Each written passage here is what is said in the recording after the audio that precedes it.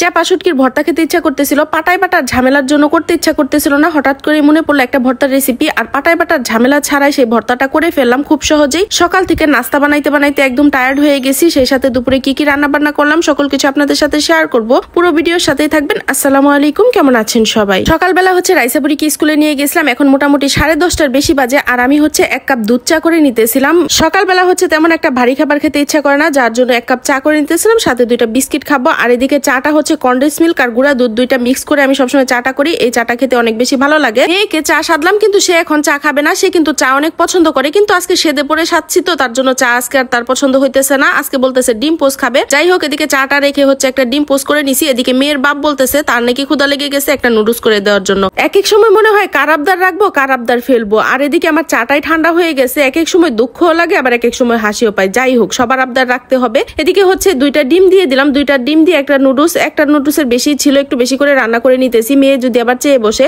তখন তো মেয়েকেও দিতে হবে, তার জন্য একটু বেশি করে নুডলস রান্না করে নিতেছিলাম। এদিকে গাজর, আলু, মটরশুটিও দিয়ে দিছি। শীতের এই সবজিগুলো দিয়ে নুডলস রান্না করলে খেতে কিন্তু বেশ ভালোই লাগে। এই নুডলসটা কিন্তু একদম সাধারণ ভাবে রান্না করা হয়েছে, কিন্তু খেতেও বেশ ভালো হয়। আর এভাবে আলু দিয়ে নুডলস রান্না করলে আপনাদের ভাইয়া অনেক পছন্দ করে, কিন্তু আমার মেয়ে একটু কমই পছন্দ করে। হাবিজাবি দিয়ে নুডলস রান্না করলে সে ঝুল করে শুধুমাত্র ডিম দিয়ে নুডলসটা বেশি পছন্দ করে। সকালের নাস্তা শেষ করে বেসিং ভর্তি থালাবাটি রেখে চলে আসছি মেয়েকে ঘুম পাড়ানোর জন্য। যেহেতু রাইসা অনেক সকাল সকাল ঘুম থেকে ওঠে, আর ওর মেমোকে পড়াতে আসলে তখন ঘুমে একদম পড়ে যায়, যার জন্য ওকে একটু ঘুম পাড়িয়ে দিলাম। 1 ঘন্টা ঘুম আসবে। আর সেই ফাঁকে এদিকে রান্না বান্নার জন্য সবকিছু রেডি করে নেব। আর ওর ঘুম হয়ে আসলে পরে ওকে তুলে আমি গোসল করিয়ে খাওয়া দাওয়া করিয়ে নিব ওর পাপা আসার আগে। রান্না বান্নার জন্য সকল কিছু এখানে নিয়ে নিছি। এখানে কচি কচি কিছু দাঁড়া আছে, এগুলো কেটে বেছে নিব। আর অনেকে এটাকে ডাটাও বলেন। কথায় আছে না, এক দেশের বুলি আরেক দেশের গালি, ঠিক এরকমই এক এক দেশে এক একটা ডাকা হয়। যাই হোক, এখানে রান্না বান্নার জন্য সকল কিছু কেটে বেছে রেডি করে নিছি। শুটকি মাছের ভর্তা করব, যার জন্য এখানে চাপা শুটকি আর রসুন, পেঁয়াজ, মরিচ এগুলো নিয়ে নিছি। কাঁচা মরিচ দিয়ে আজকে চাপা শুটকির ভর্তাটা করব।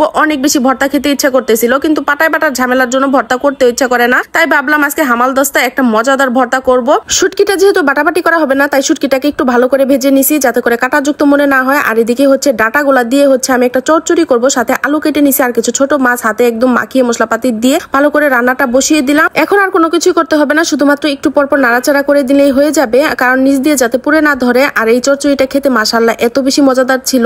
সেই সাথে এখানে কিছু কালীবোস মাছ ভেজে নিতেছি, এগুলো টমেটো আলু দিয়ে রান্না করব। আর এখানে 1 পিস একটু হলুদ মরিচ ভালো করে মাখিয়ে নিছি, রাইসা বুড়ির জন্য ভাজা রাখবো। ও তরকারিতে দেওয়া মাছ একদমই পছন্দ করে না, ভাজা মাছ দিয়ে ভাত খেতে অনেক পছন্দ করে। ভিডিওর প্রথমে যে দাঁড়াগুলা দেখাইছিলাম, সেখান থেকে কিছুটা দাঁড়া চচ্চড়ি রান্না করছি। এখান থেকে কিছু শাকও বেছে নিছি, শাকগুলো একদম কুচি কুচি ছিল। বাকি দাঁড়াগুলা বেছে নরমাল ফ্রিজে রেখে দিব। গতকালকে ইলিশ মাছ দিয়ে রান্না করব। ইলিশ মাছ আলু দিয়ে দাঁড়া রান্না করলে আমার কাছে অনেক বেশি ভালো লাগে। আর এদিকে রান্নার ফাঁকে ফাঁকে কিন্তু কাজ করে নিতেছিলাম। কিছু আওলা চাল ধুয়ে পরিষ্কার করে পানি ঝরিয়ে রাখছি। শীত তো প্রায় শেষ হয়ে আসছে, যদি শীতের আর কয়েক ধরনের পিঠা খাওয়া যায়, যার জন্য এগুলো মেশিনে গুঁড়ো করে আনবো। আপনাদের ভাইয়া বাসায় আনলে তাকে দিয়ে পাঠাবো। টমেটোর তরকারি রান্না বসিয়ে দিছি। আর হঠাৎ করে অনেক গরম গরম পড়ে গেছে, কেন জন্য শীতের আবহাওয়া পাইতেছি না। যাই হোক, শীত যেহেতু কয়েকদিন আছে, কয়েকদিন যদি পিঠা খেতে পারি। ভিডিওর প্রথমে যে বলছিলাম বাটাবাটির ঝামেলা ছাড়া ভর্তা করবো, এই যে হামালদস্তার মাঝে একদম খুব সহজে বাটাবাটির ঝামেলা ছাড়া ভর্তাটা করে নিতেছি। হামালদস্তার শুটকিগুলা ভালো করে থেতো করে নিছি, তারপরে কাঁচামরিচ, পেঁয়াজ আর রসুন দিয়ে ভালো করে থেতো করে নেওয়ার পর শুধুমাত্র স্বাদ অনুযায়ী নুন মিশিয়ে নিলে আমার ভর্তাটা রেডি। আর এই ভর্তাটা খেতে